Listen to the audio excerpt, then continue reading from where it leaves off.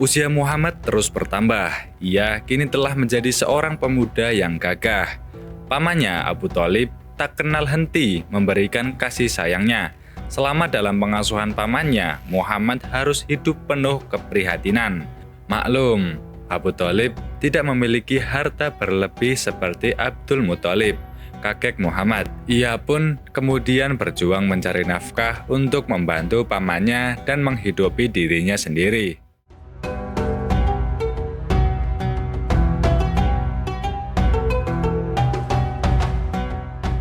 Tidak ada pekerjaan tetap yang digeluti Muhammad. Beberapa riwayat mengisahkan beliau bekerja sebagai pengembala kambing. Abu Hurairah meriwayatkan, suatu hari Nabi Muhammad SAW berkata, "Tidaklah Allah SWT mengurus seorang nabi, melainkan Dia pernah mengembala domba." Para sahabat bertanya, "Engkau juga, wahai Rasulullah?" "Benar," jawab beliau.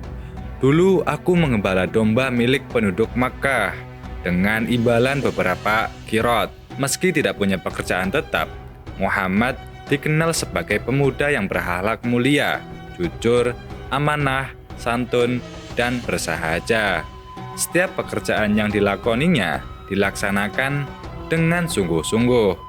Kemuliaan akhlak Nabi Muhammad SAW itu terdengar di telinga Khadijah binti Khuwailid. Ia adalah seorang wanita pedagang yang memiliki banyak harta dan bernasab baik. Dia membayar banyak kaum lelaki untuk berdagang dengan sistem bagi hasil. Khadijah pun mengutus seorang untuk mengajak Nabi Muhammad SAW berniaga ke negeri Syam. Tawaran itu diterima Muhammad. Ia bergegas berangkat menemui Khadijah. Muhammad tiba di rumah Khadijah. Muhammad mengucapkan salam dan meminta izin kepada Khadijah untuk masuk. Sebuah percakapan pun terjadi. Khadijah langsung berbicara ke inti persoalan. "Aku sedang butuh orang untuk menjual barang daganganku ke negeri Syam. Aku butuh orang yang jujur dan dapat dipercaya. Aku tahu engkau orang yang jujur dan dapat diandalkan. Aku yakin engkau adalah orang yang tepat. Karenanya aku tawarkan pekerjaan ini kepadamu," kata Khadijah. Ia berjanji akan memberikan keuntungan yang lebih besar dibandingkan saudagar lainnya. Muhammad langsung menerima tawaran itu. Persiapan keberangkatan pun dilakukan. Khadijah meminta pelayan terbaiknya, yaitu Maisarah, sebagai asisten Muhammad. Tak lupa Khadijah membisikkan sesuatu kepada Maisarah. "Kau jangan membangkang kepada Muhammad. Lakukan apa yang diinginkannya. Engkau juga harus mengamatinya sepanjang perjalanan.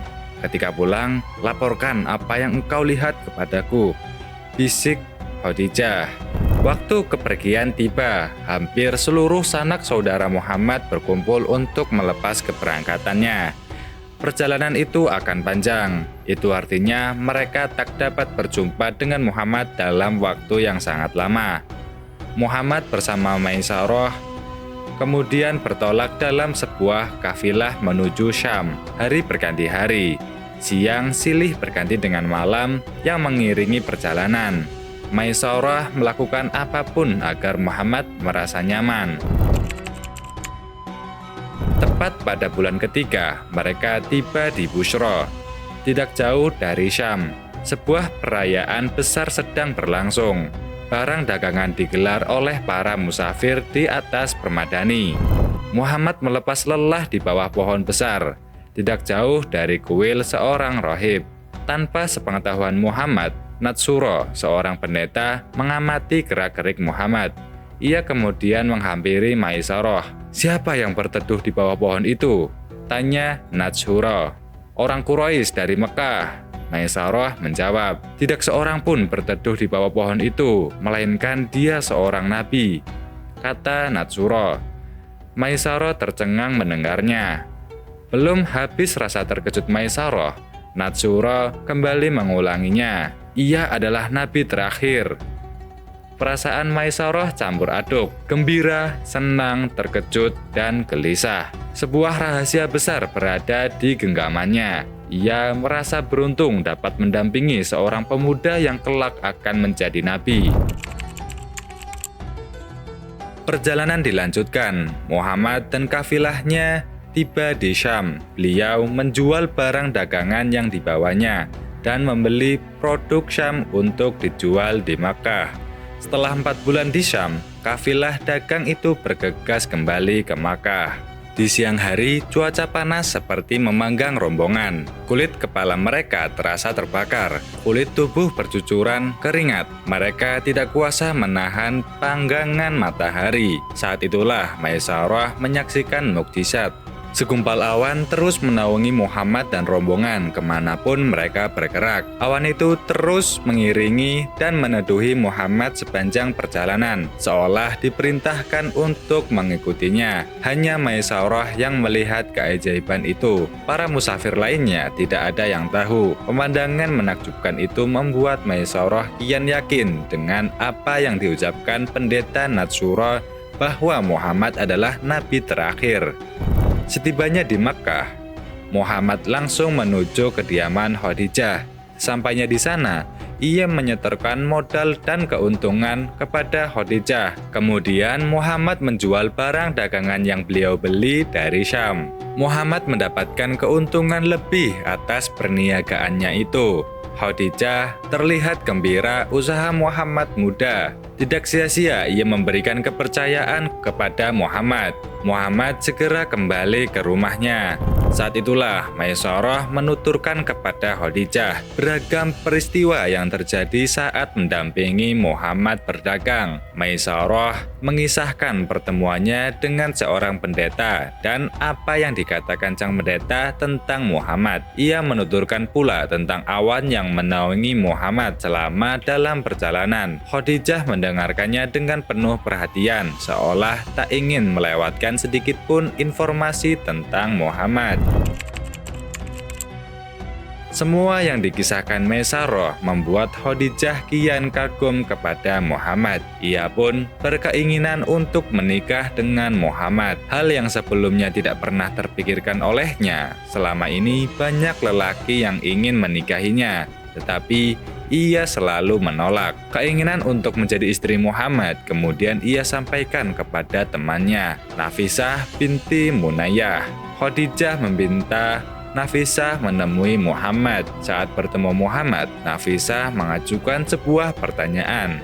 Mengapa engkau tidak menikah? Muhammad tidak mengira akan ditanya seperti itu. Sesaat Muhammad muda terdiam. Nafisah melanjutkan perkataannya. Kalau ada seorang wanita jujur dan terhormat dan ia menerimamu apa adanya, apa pendapatmu? Siapa dia? Tanya Muhammad penasaran. Khadijah, wanita paling istimewa di Makkah, jawab Nafisah. Ia kemudian menyampaikan pesan Khadijah.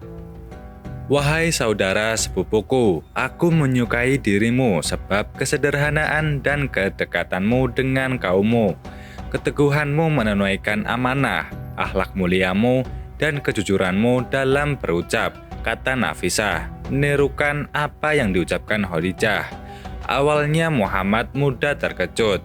Ia tak menduga bahwa dirinya dilamar Khadijah, seorang wanita Quraisy yang amat dihormati dan wanita kaya raya. Setiap pria Quraisy amat mendambakan Khadijah menjadi istrinya, andai mereka mampu. Setelah cukup lama merenung, Muhammad menyetujui permintaan Khadijah. Ia lalu menceritakan hal tersebut kepada para pamannya. Tanpa menunggu lama, para paman Muhammad mendatangi paman Khadijah untuk melamar. Hari pernikahan disepakati. Muhammad muda mendatangi kediaman Khadijah didampingi keluarga besarnya. Abu Thalib pamannya terlihat gembira. Pada satu kesempatan, ia maju dan berdiri di depan para undangan.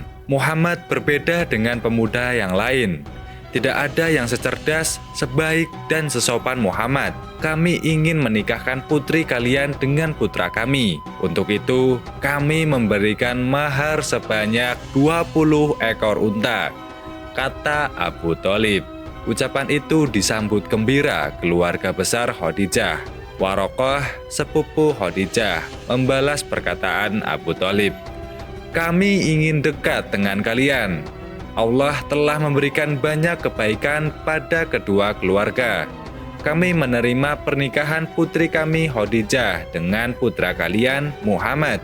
Semoga pernikahan ini membawa banyak kebaikan bagi kedua keluarga." Pernikahan pun berlangsung dengan hikmat. Tamu undangan memberi selamat kepada kedua pengantin. Pernikahan dihadiri oleh para pemimpin Bani Hashim dan Bani Mudhar. Peristiwa itu berlangsung pada 2 bulan setelah Muhammad pulang dari Syam. Khadijah adalah wanita pertama yang dinikahi Muhammad. Ia tidak menikah dengan wanita lain hingga Khadijah wafat.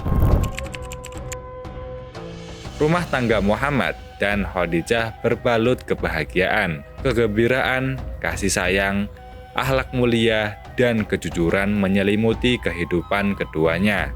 Sebuah rumah tangga nan harmonis, penuh cinta dan rasa hormat. Muhammad kini menjadi pedagang. Berbagai negeri ia kunjungi dengan membawa barang dagangan milik istrinya untuk dijual. Hasil jualannya memberikan Muhammad keuntungan berkali-kali lipat. Khadijah menjadi lebih kaya dibandingkan sebelumnya. Namun, kehidupan mereka tetap sederhana. Mereka pun selalu membantu orang miskin. Kebahagiaan mereka kian lengkap dengan hadirnya 6 anak dari rahim Khadijah. Mereka adalah Al-Qasim atau Nabi Muhammad SAW dijuluki dengan namanya Abu Al-Qasim, Zainab, Ruqayyah, Ummu Kulsum, Fatimah, dan Abdullah. Atau julukannya adalah At-Thayyib dan At-Thahir. Selain dari Khadijah, Rasulullah SAW juga memiliki anak laki-laki dari istrinya yang lain. Maria saat di Madinah, namanya Ibrahim yang meninggal saat masih kecil. Semua anak Nabi Muhammad SAW membawa berkah sendiri bagi lingkungannya.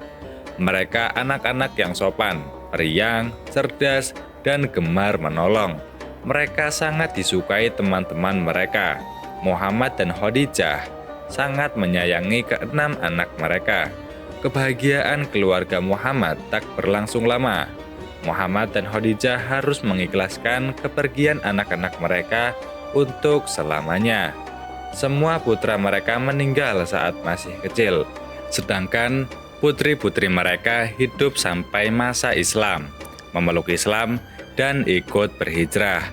Namun semua meninggal semasa beliau masih hidup, kecuali Fatimah yang meninggal 6 bulan setelah beliau wafat. Qasim dan Abdullah adalah anak-anak yang pertama kali meninggal. Keduanya wafat secara berturut-turut. Kesedihan terlihat jelas di wajah Muhammad dan Khadijah. Namun, seperti biasa, masa sulit itu dilalui keduanya dengan kesabaran. Zaid dan Ali diasuh Muhammad. Di tengah keluarga Muhammad juga hadir 2 anak asuh, Zaid dan Ali.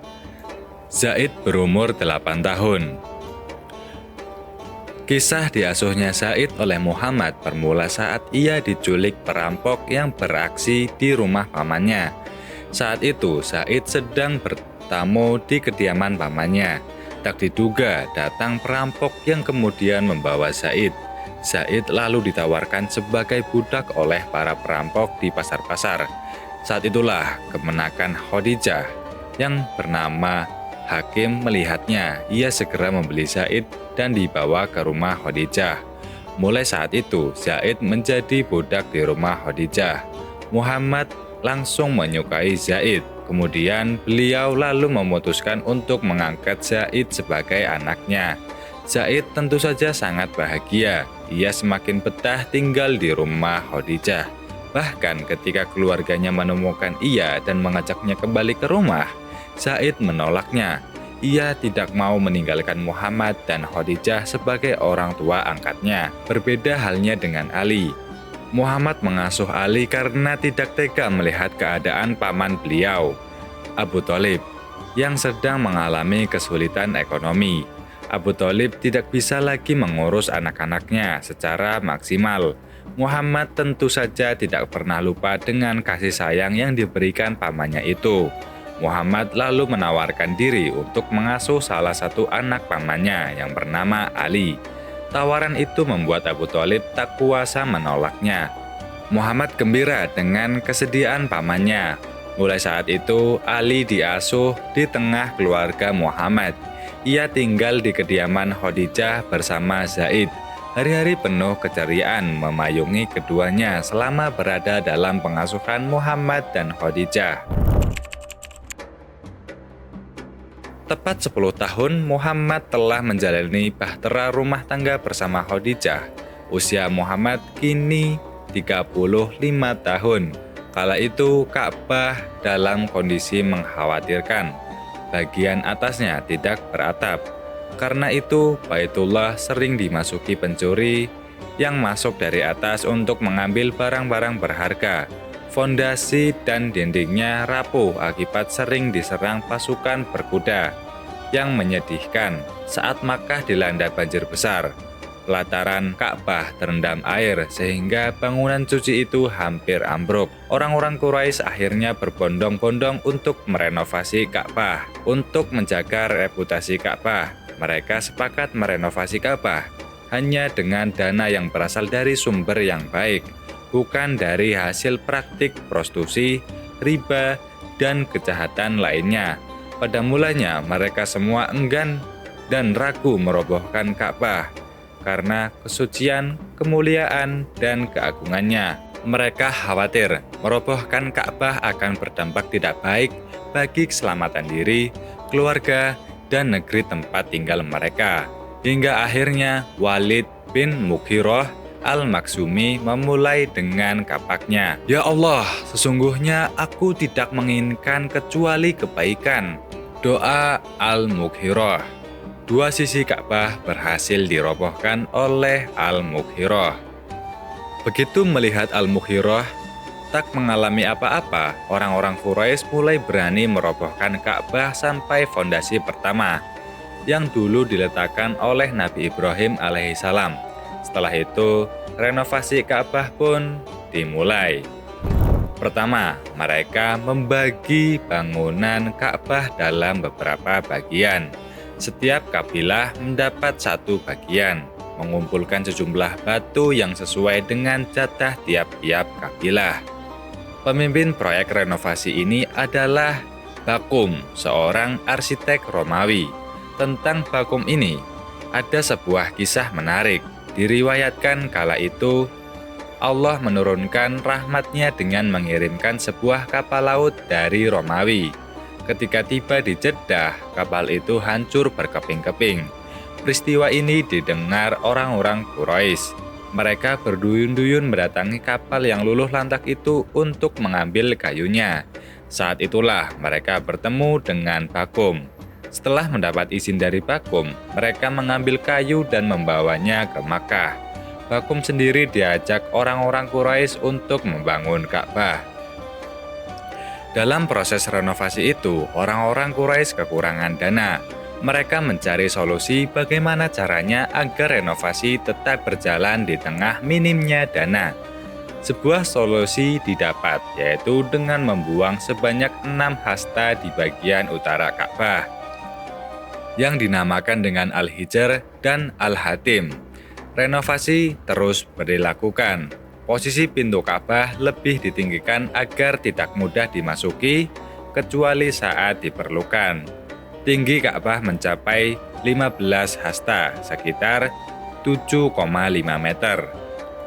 Mereka juga memasang atap yang disangga dengan 6 tiang.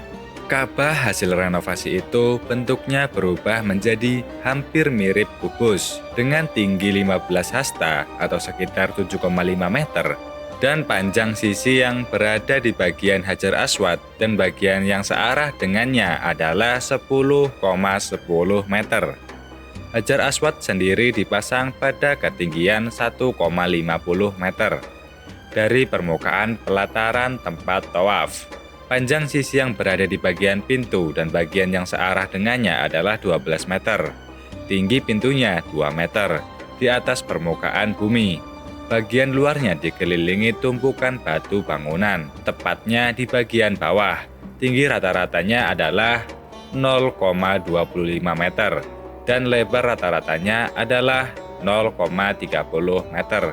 Bagian ini dikenal dengan istilah Asyaddusyuron yang merupakan bagian dari fondasi asli Ka'bah dan dibiarkan sebagaimana awalnya. Muhammad tampak berkeringat. Bersama Abbas, ia mendapat tugas untuk mengangkat bebatuan saat merenovasi Ka'bah. Tiba-tiba, Abbas berkata kepada Muhammad, "Naikkan kainmu hingga ke lutut agar kamu tidak terluka oleh bebatuan." Segera Muhammad menarik kain yang membalut kakinya. Namun, belum sampai kain itu menyentuh lutut Muhammad, ia terjatuh. Tubuhnya membujur telentang di atas tanah. Pandangannya mengarah ke langit. Orang-orang yang berada di dekatnya kaget. Mereka khawatir terjadi apa-apa dengan Muhammad. Beruntung, kekhawatiran itu tak terjadi. Muhammad sehat walafiat. Ia segera bangkit dan berkata, "Mana kainku? Mana kainku?" Setelah kain ditemukan, Muhammad langsung mengikatkan kain itu kembali dengan kencang. Renovasi Ka'bah hampir usai. Pekerjaan yang tersisa hanya menempatkan Hajar Aswad. Orang-orang Quraisy bertikai tentang siapa yang paling berhak meletakkan ke tempat semula. Semua orang merasa paling berhak menempatkan Hajar Aswad. Saking sengitnya, pertikaian tersebut berlangsung selama 4 atau 5 malam. Kian lama makin meruncing, hingga hampir terjadi peperangan yang dahsyat di Tanah Haram. Ini tidak mengherankan karena Hajar Aswad merupakan batu mulia, sehingga kabilah yang mendapat kesempatan meletakkannya akan mendapatkan kemuliaan dan terangkat derajatnya di antara kabilah lainnya. Mujur, Umayyah bin Mughirah al-Makhzumi, menengahi dan menawarkan solusi bijak. Dia mengusulkan kepada orang-orang Quraisy dengan cara memilih orang yang paling dahulu memasuki pintu di antara mereka. Orang itulah yang berhak meletakkan Hajar Aswad. Tawaran ini disetujui oleh semua kabilah. Tak beberapa lama setelah usulan itu diterima, Muhammad tiba-tiba saja masuk. Ketika orang-orang Quraisy melihatnya, mereka menyambut dengan teriakan, "Inilah Al-Amin, kami rela, inilah Muhammad." Mereka pun menceritakan persoalan yang terjadi kepada Muhammad. Beliau lalu memberikan solusi. Ia meminta sebuah selendang dan meletakkan Hajar Aswad tepat di tengahnya. Muhammad lalu meminta semua pemimpin kabilah memegang ujung selendang yang mengangkatnya tinggi-tinggi. Setelah selendang dibawa ke tempat yang telah ditentukan, Muhammad mengambil Hajar Aswad dengan tangannya dan meletakkannya di tempat semula. Semua kabilah merasa puas dengan cara tersebut. Perselisihan tentang siapa yang harus meletakkan Hajar Aswad itu hampir menyebabkan konflik fisik antara kabilah Abd ad-Dahar dan Bani Adi. Kedua kabilah itu telah menyediakan baskom besar berisi darah. Lalu secara bersama-sama mereka mencelupkan tangan mereka ke dalam baskom itu. Mereka bersumpah untuk berperang sampai titik darah penghabisan. Kondisi gawat dan membahayakan itu akhirnya dapat diatasi dengan kedatangan Muhammad. Bab 2 dari kisah manusia terbaik telah usai. Dimulai dari Rasulullah lahir tanggal 20 April tahun 571 Masehi atau 12 Rabiul Awal tahun Gajah. Berikut berpisah dengan ibu tercinta, diasuh sang kakek, berdagang saat usia 8 tahun, dan ikut berpartisipasi pada Perang Fijar saat umur 15 tahun, sampai menyaksikan Hilf al-Fudul saat usia 20 tahun. Lalu menikah dengan istri pertama yaitu Khadijah, yaitu pada usia 25 tahun dan memiliki 6 anak.